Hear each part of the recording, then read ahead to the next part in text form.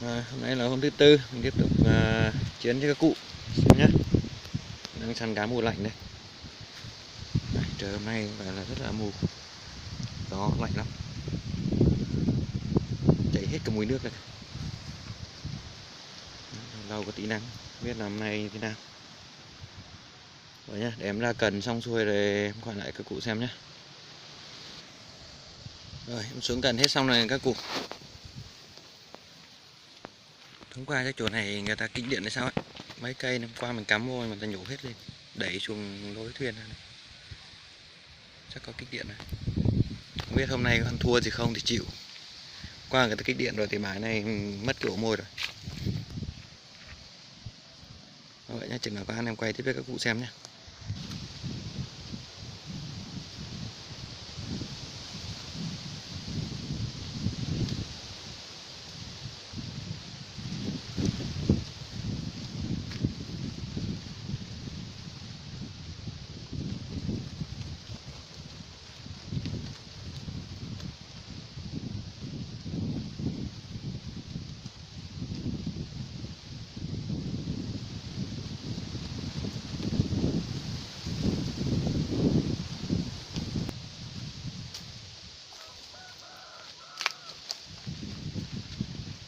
Đây là củ bắt được con rắn nhá.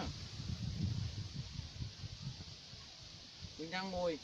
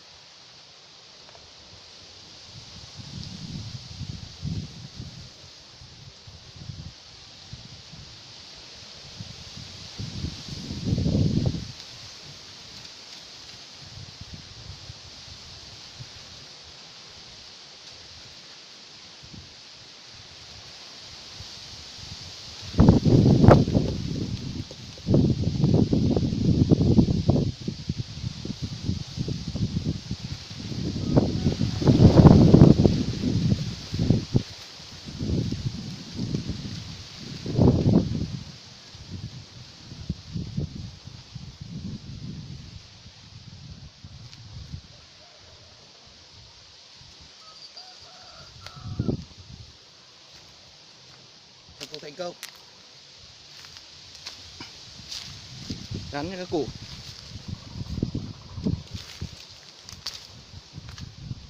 Có mùi nhậu rồi.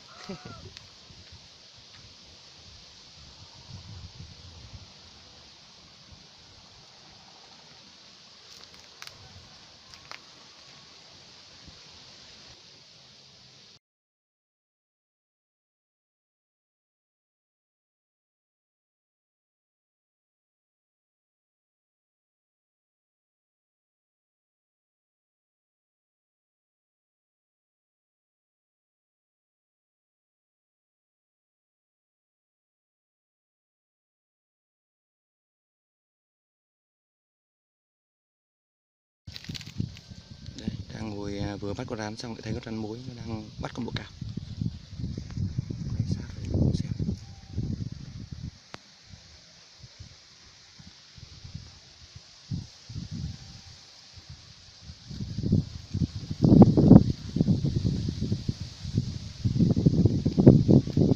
Quay được cậu.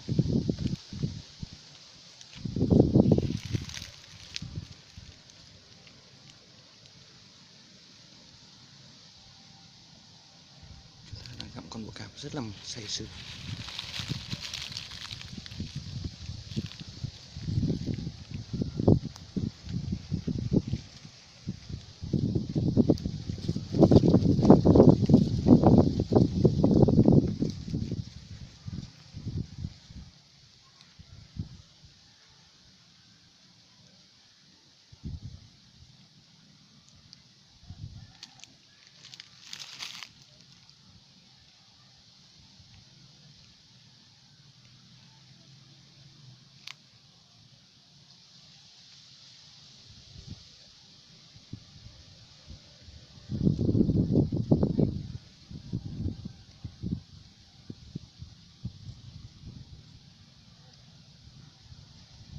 Hay đi câu cá đâu có quay về rắn được các cụ.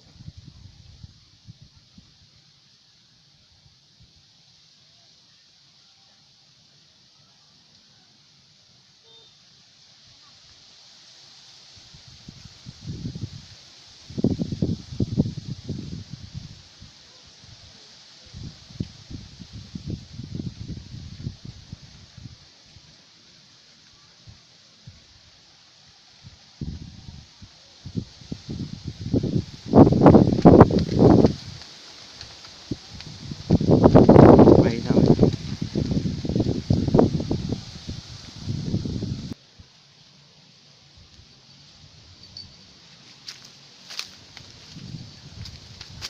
Có cá ăn nha các cụ.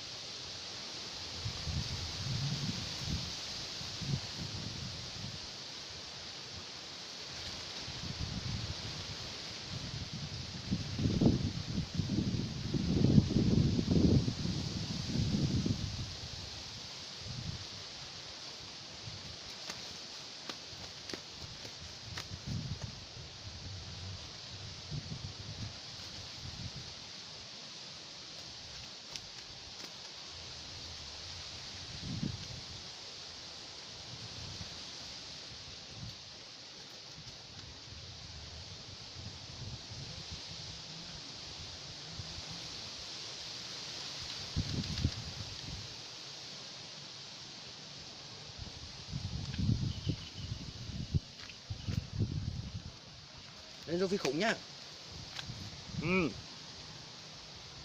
Đến hai nha các cụ. Hàng chuẩn ở đây.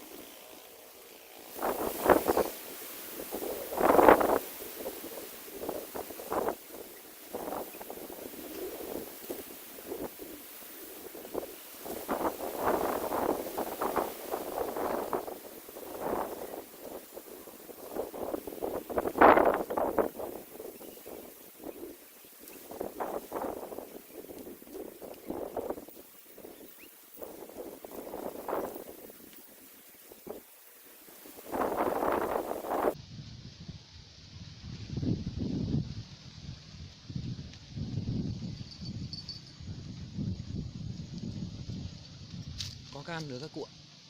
Nào đây.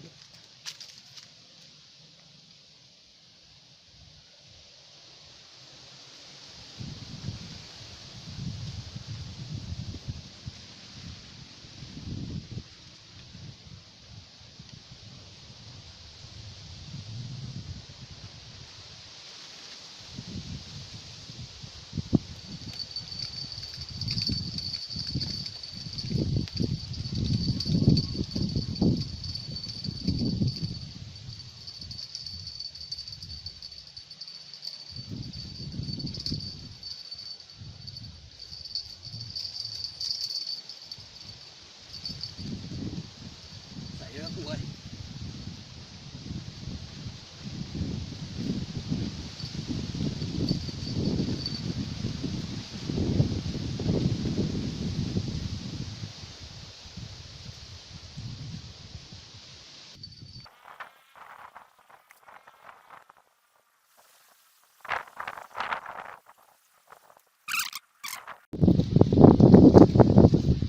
Vượt hang bỏ cạp lên nhé các bạn.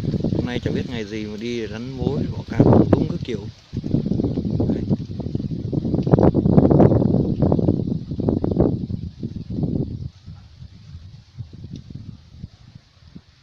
Cả múa lên xong bỏ chạy rồi.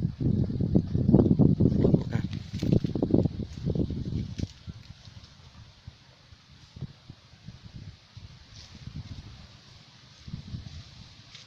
Cái hội cái hốc của nó để em xem thử.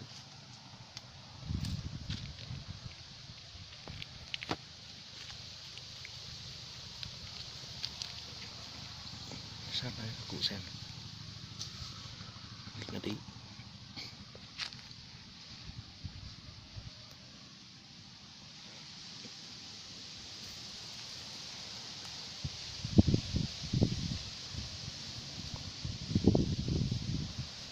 Cái kêu nghịch nó tí nhá.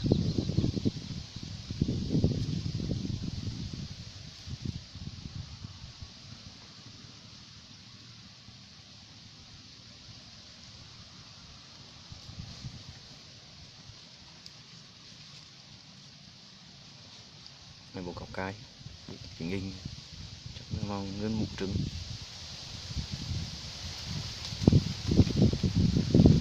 Đấy, mà làm cho một phát thì phê lắm đấy. Làm châm miếng thì phê lòi cho nó hang lên.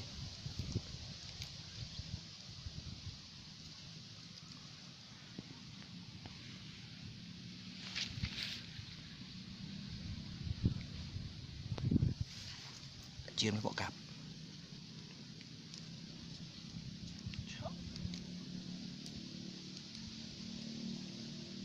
Thủ thế ghê không quát phát nào nhỉ. Cắn phát anh xem nào. Ra đòn cho anh phát xem nào.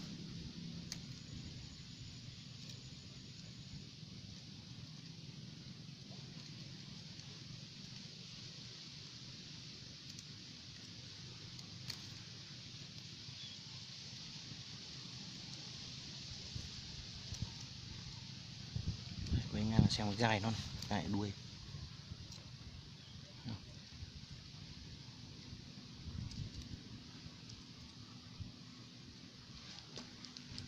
Phi tới mình luôn.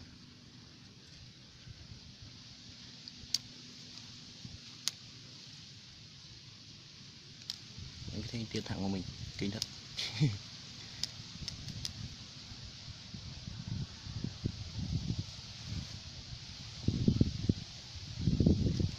Cái đuôi kinh.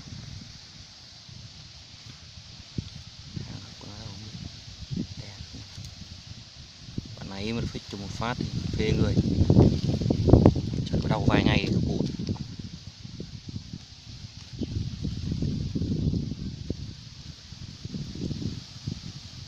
Anh thủ thấy đất cốc. Mày chưa thế này. Chưa thế này. Cây đập vào càng là chắc không sao. Đập cho nó liệt càng.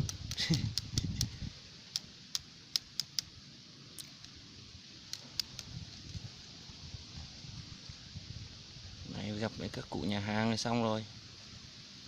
Mày lên chảo nhé.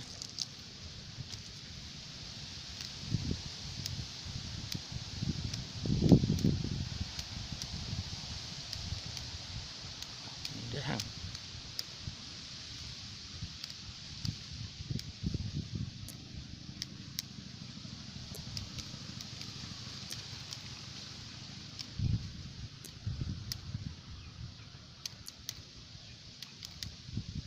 Địch bấy nhiêu thôi. Rồi, cá thì không thấy đâu, được đúng một con này đây. To tròn, mập ú. Xa quá không quay được cái vảy xanh của nó các cụ nhé. Có nguyên cái vảy xanh người. Kéo trên mặt nào có vảy xanh này. Đây. À, nó đây đấy, có vảy xanh luôn kìa. Con này mà có cái bể lớn nuôi rất là đẹp. Nhìn cá rất là chân. Càng tròn u nu. Ngày hôm nay được chú này. Đấy, nhìn đẹp không? Có vảy xanh luôn đấy. Đó, thấy cái vảy xanh của nó kìa. Đây, quay nó rõ cái vảy xanh này. Đấy, cái vảy gần đến vây của nó đây này. Xanh lè.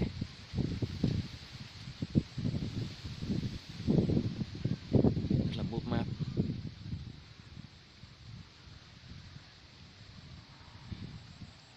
Đấy, bây giờ mình quay con rắn nha các bạn ạ. Quay cho các cụ xem con rắn này. Chích từ sáng đến giờ này. Nằm queo cụ ra đây. Ra đây em. Ra đây để anh chiêm ngưỡng tí nữa. Còn nó sống tươi. Úi giời, còn khè khè khè này.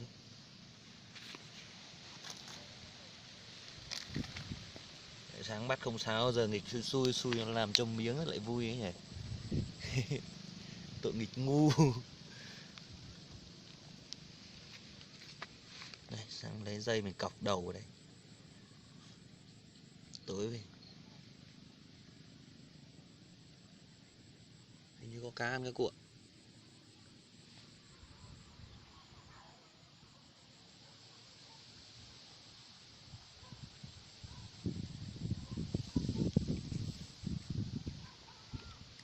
Vừa nghe tiếng chuông xong là chẳng thấy gì nữa.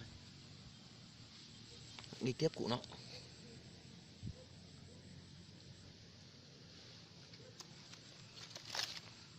Kéo cây ra. Chè hết cả chú nó. Hello, hello. Nghịch nào tí này. Đấy, buộc rồi không chạy nổi nữa. Không chạy đâu được nữa.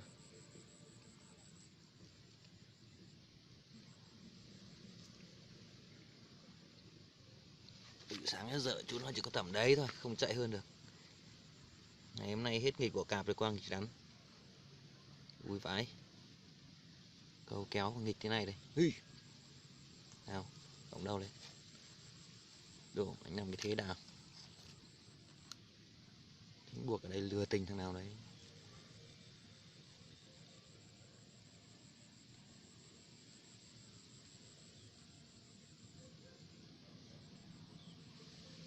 Coi vào đấy. Đồ anh khè khè khè kinh không? Khè cái gì? Thóc đầu lên. Cầm dây kéo lại.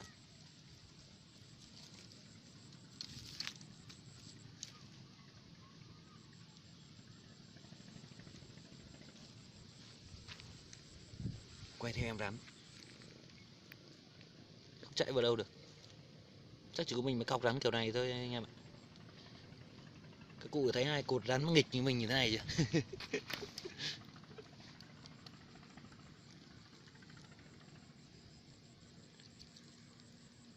Con này cắn thì không chết nhưng mà đau đấy các cụ. Xịt máu vào đây.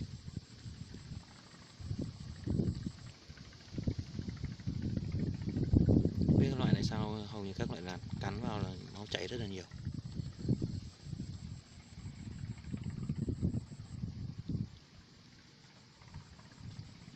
Gục đầu này. Hết tầm rồi. Hết tầm của em nó này, nó nằm gục đầu rồi.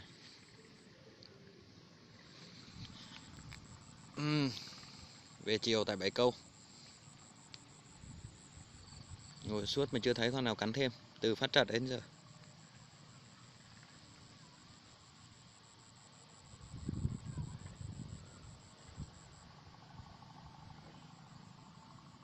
Đấy, hết quay rắn qua lại quay cá. Lại nghịch nó. Rảnh rồi sinh nông nổi.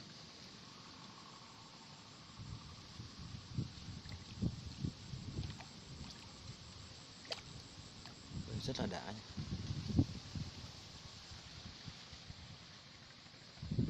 Bên kia người ta đang hái cà. Quanh giờ người ta hái cà hết rồi, còn mỗi nhà mình thì còn chưa hái. Đang đi kiếm người mà chưa có người hái các cụ ạ. Rảnh rồi lại cái vác cần đi thế này. Nay sau ở đây các bác nào đi trước các bác để cho cái chiếu ngồi miết cả ngày. Ngồi mon hết cả đít lên. Còn chú này thì nằm vật vờ đây rồi. Nằm vật vờ hết cả ra. Không, cái này mà tháo dây phát thanh lao vào mình như này. Có nên thử phát các cụ. Cắt dây phát xem nó phi đâu. Một hơi đi luôn không thấy nó đâu. Nó không dám lao lại mình nữa đâu. Lao lại mình hút đầu luôn.